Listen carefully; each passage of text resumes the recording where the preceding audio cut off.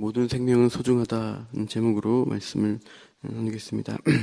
먼저 출애굽기 구조를 좀 나누고 말씀 또 보겠습니다. 출애굽기는 세 가지 구조로 볼 수 있습니다. 첫 번째는 구원이고, 두 번째는 율법, 세 번째는 성막입니다. 출애굽기에 놓여 있던 이스라엘 백성을 구원하시는 것, 그 내용이 1장에서 18장까지 해서 구원에 대한 내용이 됩니다. 그래서 광야까지 그 여행하는 과정을 통해 하나님이 어떻게 백성을 구원하시는가 이고요.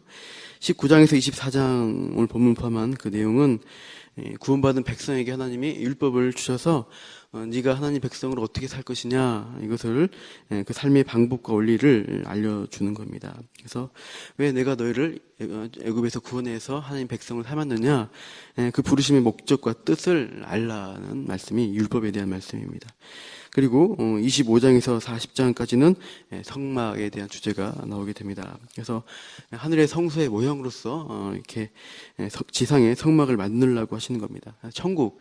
천국의 가장 중요한 의미가 무엇이냐, 이것을 보여주는데, 천국 가서 황금길이 있고 아름다운 보석이 달려 있는 그런 나무들을 떠올린 것이 아니라 물질적 부여가 아닌 은혜의 하나님이 함께 거하는 장소가 천국이다. 성막 또한 이 지상에서 그 하나님 백성과 함께 임재하고 거하게 되는 하나님의 임재함을 보여주는 것이 성막이라는 것입니다. 그래서 구원, 그리고 구원 이후에 백성이 살아갈 율법, 삶의 원리죠. 그리고 하나님이 함께 거하신다는 성막 개념을 우리가 보게 됩니다. 그래서 우리가 21장 살펴볼 21장은 구원받은 백성이 어떻게 살아갈 것이냐, 그 율법의 원리를 알려주고 있습니다. 이 삶의 규범을 한번 출애굽기 24장 7절을 한번 보시면, 뒤에 출애굽기 24장 7절 보십시오. 거기 보시면 언약 체결을 하고 있는데, 거기서 이렇게 말씀하죠. 24장 7절에 보면은 언약서를 가져오라고 합니다. 7절에 3절 4절에 보면 그 내용이 나와 있는데, 그래서 21장에서 23장까지의 그 내용을 이렇게 한 거죠. 실제로는 24장 3절 4절을 한번 읽어볼게요. 시작. 모세가 와서 여호와의 모든 말씀과 그의 모든 율례를 백성에게 전하매 그들이 한 소리로 응답하여 이르되 여호와께서 말씀하신 모든 것을 우리가 준행하리이다. 모세가 여호와의 모든 말씀을 기록하고 이른 아침에 일어나 산 아래 제단을 쌓고 이스라엘 12지파대로 12기둥을 세우고, 이렇게 되어 있습니다. 그래서 하나님의 모든 말씀 또 율례를 전했어요. 백성들이 준행하리이다라고 응답하고 있는 것, 그리고 그 내용을 기록을 했습니다. 5절에 보면, 4절에 보면요, 그 언약서를 하나님 앞에 가져와서 낭독하고, 그 7절 이후에 보시면 다시 또 준행하리이다라고 반응합니다. 그러고 나서 피를 이제 양푼에 이렇게 백성에게 뿌리고 또 제단에 뿌리고, 그런 장면을 보여주고 있습니다. 그래서 언약의 피로서 맺은 규범이 이 언약서에 나온 이 율법의 내용이라고 할 수 있습니다. 안성학 교수님이 이제 지난달 오셔서 이 장면을 이제 결혼식과 같다라고 얘기하셨던 말씀이 있었죠. 하나님과 신랑된 하나님, 그리고 신부된 이스라엘 백성이 결혼식을 하는 것입니다. 결혼 서약을 이 피로써 서약을 하고, 그 다음에 25장부터 나오는 성막은 바로 신혼집이다. 어떻게 같이 사는가, 신혼집에 대한 규례로서 이렇게 이어진다라고 했습니다. 하나님이 실제로 이런 것입니다. 종이 되었던 어떤 여종 같은 노예였어요. 자유인이 아닌 그런 자를 어떻게 합니까? 값을 주고 자유민으로 인도하셨습니다. 그래서 구원하셨고 자유민으로 하셨어요. 그래서 너의 자유로 이렇게 자유를 주시고 내가 너를 아내로 맞이하고 싶다라는 청혼을 하게 된 것입니다. 그리고 이제 특별한 하나님의 아내라는 이제 자유인으로서 남편의 아내가 되는 특별한 신분의 지위로 하나님이 부르셨고, 그리고 이제 그 아내에게, 하나님이 백성된 아내에게 이런 규범을 따라서 이런 율법대로 살라, 그 신분에 맞게 살라라고 말씀하신 장면인 것입니다. 그래서 이 21장에서 23장 중간까지 나오는 이제 10계명은 기본 모태로 해서 나오는 여러 가지 율법들은 그 안에 된 하나님 백성된 이스라엘 백성이 어떻게 살 것이냐를 알려주는 원리예요. 이 시민법이라고 또 하는데 그 당대 지켜야 될 그 법입니다. 그래서 이 시민법 특징은 원리가 중요한데 모든 생명은 평등하고 소중하다. 그런 것을 전제로 가르치고 있습니다. 너의 생명이 소중하듯 다른 사람 생명도 똑같이 소중하다는 것을 말씀합니다. 21장 12절을 보시면 사람을 쳐 죽인 자는 반드시 죽일 것이나 라고 말씀하고 있어요. 다른 사람의 생명을 빼앗는 행위, 그 살인죄라는 것에 대해서는 가장 엄벌인 형벌이 사형입니다. 생명은 생명을 뺏겠다. 그래서 예외 없이 그가 왕이든 귀족이든 평민이든 종이든 이스라엘 공동체에 속한 자 중에서 살인자는 사형으로 가장 엄한 벌로 다스리겠다라고 시작하고 있어요. 당시에 유명했던 고대 메소포타미아 법은 다릅니다. 이스라엘 법은 이것과 다른 거예요. 함무라비 법전을 보면은 종에 대한 법, 시민에 대한 법, 귀족과 왕에 대한 처벌의 경중이 달랐어요. 그래서 사람을 차별을 했습니다. 그러나 이 구약의 이 법은 똑같이 한 생명을 똑같이 보는 그러한 평등한 것을 강조하고 있습니다. 12절에서 17절은 사형에 대한 엄중한 죄가 무엇이냐를 다루고 있습니다. 12절에서 17절 그리고 18절 이후는 상해의 죄, 남을 다치게 한 죄에 대해서 어떤 처벌과 배상을 할 것이냐를 말씀합니다.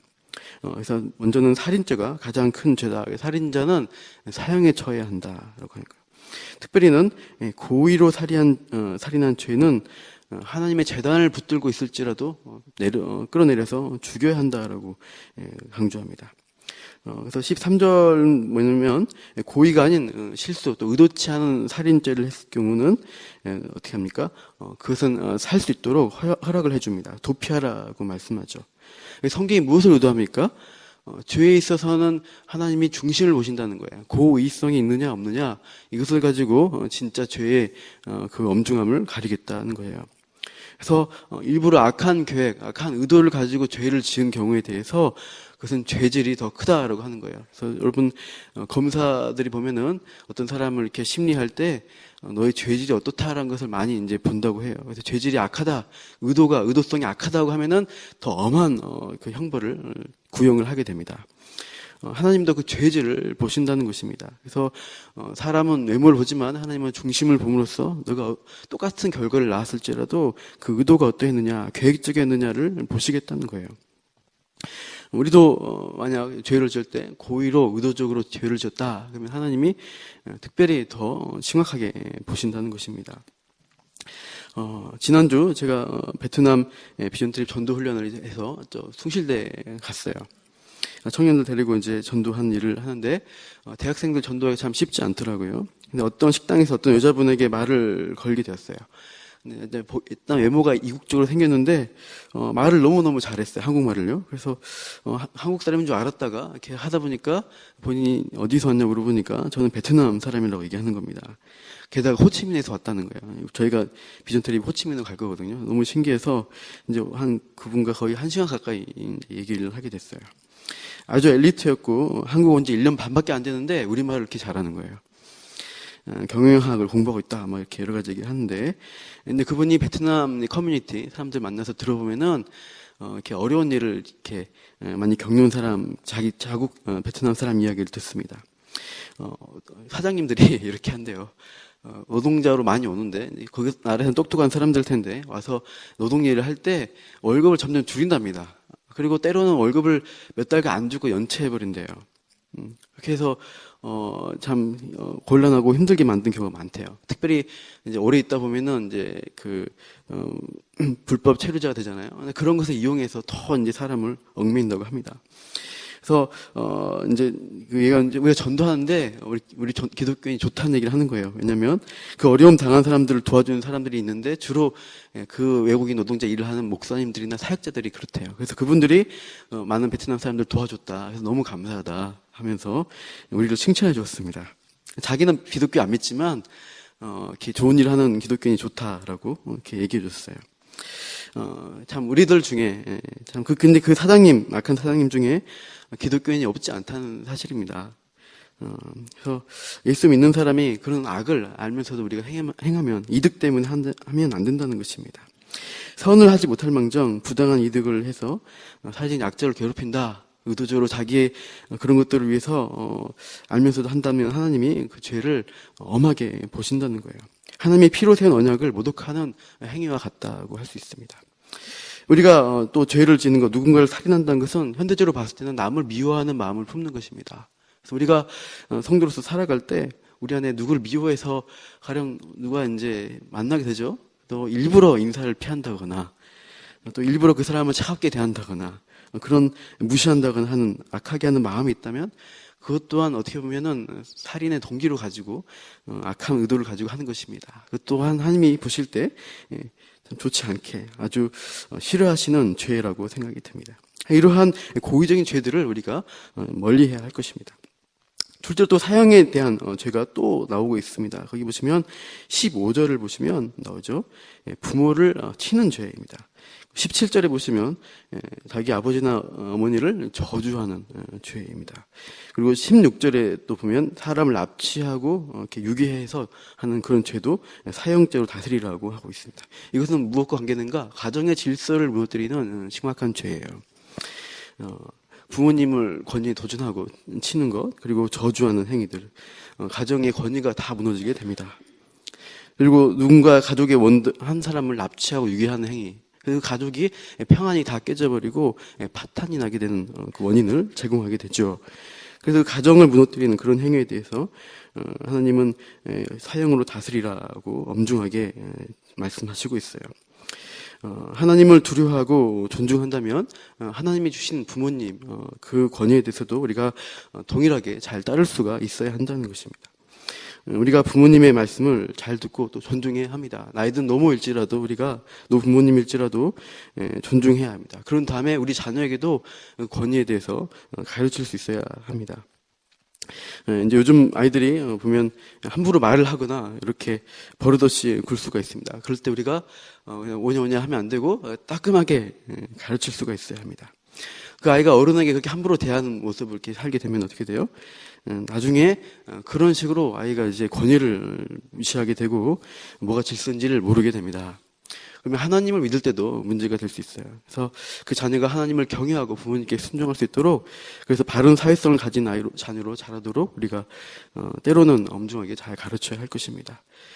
좋은 게 좋은 거다가 아니라 나중에를 생각해서 하나님 말씀대로 우리가 질서를 세우시기를 바랍니다. 18절 이후에 보시면 이제 상해죄, 다치게 하는 죄들이 나옵니다. 18절 보면은 다치게 했고 죽지 않은 것이죠. 죽으면 이제 사형죄, 살인죄 되겠지만 그러지 않은 상태에서 어떻게 됩니까? 19절 보시면 그가 완치될 때까지 배상을 하라고 말씀하고 있어요. 이 배상에 대한 원리가 이제 동해보호법이라고 해서 24절에서 27절에 보면 나오는 내용입니다. 그죠? 4절 25절 한번 읽어볼까요? 24절 25절 시작. 눈은 눈으로, 이는 이로, 손은 손으로, 발은 발로, 된 것은 된 것으로, 상하게 한 것은 상함으로, 때린 것은 때림으로 갚을지니라. 똑같이 갚아줘라 하는 거예요. 굉장히 무식한 법 같아요. 누가 이렇게 팔을 부러뜨렸으면 그 사람 팔도 부러뜨려 버려라, 이런 것 같죠. 우리가 일단 현대적 원리에서 볼 때는 굉장히 잔혹해 보이는 법 같습니다. 똑같이 갚아라. 그러나 당대 상황에 비춰본다면 이것은 과도한 복수를 막기 위한 의도입니다. 동시에 인간의 죄악이 어떠한가를 알려주는 법이라고 할 수 있어요. 동해 복수법, 보복법 하는 것은 피해를 준 사람에게 동일한 벌을 주어서 죄를 멈추게 하는 거예요. 더 이상 확장을 멈추게 하고 복수를 막아서 사회적으로 안정을 찾을 수 있도록 하는 데 목적이 있습니다. 사람은 본성적으로 복수심을 가지고 있어요. 누가 한 대 날 때렸다, 그 마음에서 분노가 확 일어나면서 그 사람에게 2대, 3대 때려주고 싶은 그 마음이 들게 됩니다. 상대방이 그럼 가만히 있습니까? 몇 대 더 맞으면 그 사람도 더 화가 나서 나에게 이렇게 했어 하면서 더 4대, 5대로 복수를 하게 됩니다. 이렇게 여러 배로 복수하다 보면은 복수극이 점점 심각해지는 거예요. 극단적인 범죄로 이어지게 될 것입니다. 사회적인 질서가 무너지는 그런 문제가 되죠. 그래서 개인적인 복수를 위한 법이 아닌 것입니다. 이것은 그 공동체에서 이스라엘 공동체 재판할 때 객관적인 근거로 삼아서 이 정도까지만 복수하시오라고 하는 어떤 기준을 제시한 것입니다. 그래서 이 명령은 과도한 복수를 금하기 위한 의도입니다. 나중에 신약에 가게 되면 이 율법의 진정 의도가 무엇이냐 예수님이 말씀하시는 게 나옵니다. 제가 읽어드리면 마태복음 5장입니다. 또 눈은 눈으로 이는 이로 갚으라 했다는 것을 너희가 들었으나 나는 너희에게 이르노니 악한 자를 대적하지 말라. 누구든지 내 오른편 뺨을 치거든 왼편도 돌려대며 속옷을 가지고자 하거든 겉옷도 가지게 하며 그죠? 오리를 가게 하거든 심리를 통행하고 이렇게 이어집니다. 그래서 마지막에 내 원수를 사랑하며 너희를 박해한 자를 위하여 기도하라. 결국은 뭐예요? 죄를 멈추게 하는 것이 의도잖아요. 예수님은 더 나아가서 선으로 그 사람에게 행하라는 것입니다. 그래서 인간의 그 죄성, 그것이 이렇게 올라가고 커져 확장되는 것을 너의 선으로 그 악을 멈추라는 것입니다. 결국은 용서와 사랑으로 나아가는 것이 이 법의 온전한 적용이 된다고 말씀하셔요. 율법의 의도, 근본 정신을 보시면 어떻습니까? 하나님이 세우신 창조 질서, 생명 이것들을 소중히 여겨야 한다는 것을 알려주고 있고 우리는 그 일들을 위해서 더 적극적으로 선을 행하고 용서하며 나아가야 한다. 이것을 우리에게 말씀합니다. 이 세상은 미움과 악의 끝없는 복수의 그 악순환, 그 고리들이 계속해서 이어지고 있는 세상 구조입니다. 그러나 우리는 그 고리, 악의 고리를 끊어야 될 의무가 있는 그러한 하나님이 주신 귀한 사명이 있는 주님의 백성이에요. 언약 백성이에요. 그래서 우리가 예수님이 받은 언약의 피로 하나님의 백성 되었다면은 이 생명을 죽이는 이 세상 원리, 또 질서를 무너뜨리는 이 세상 죄의 고리를 우리가 선으로 끊으시는 그렇게 살아가시는 가정이 되시고 또 우리 공동체가 되고 이 지역사회에 그런 영향을 주는 우리 하나님 백성 되시기를 축원합니다. 같이 기도하겠습니다. 하나님, 이 시간 우리가 하나님의 율법에 대해서 이 시간 살펴보았습니다. 참으로 세상은 끊임없는 악을 생산하며 더 악이 확장되어 가는 그러한 참으로 사회들인데 하나님 우리가 하나님의 언약 백성으로서 이제는 그 악을 끊는 역할을 이 땅에서 하기를 원합니다. 모든 생명은 소중히 여기시고 그 생명을 살리기 위해서 또 그 악이 참 무너진 질서 가운데서 참 하나님의 바른 창조 질서를 세워나가는 하나님 백성으로 오늘도 우리가 기도하며 또 우리가 그렇게 살아드리며 그리스도의 향기를 드러내는 우리 한 사람 한 사람 되게 하여 주시옵소서. 기도 가운데 용서하며 또 죄로 무너진 관계들을 회복하는 우리의 삶이 되기를 간구합니다. 이 모든 말씀 예수님 이름으로 기도합니다.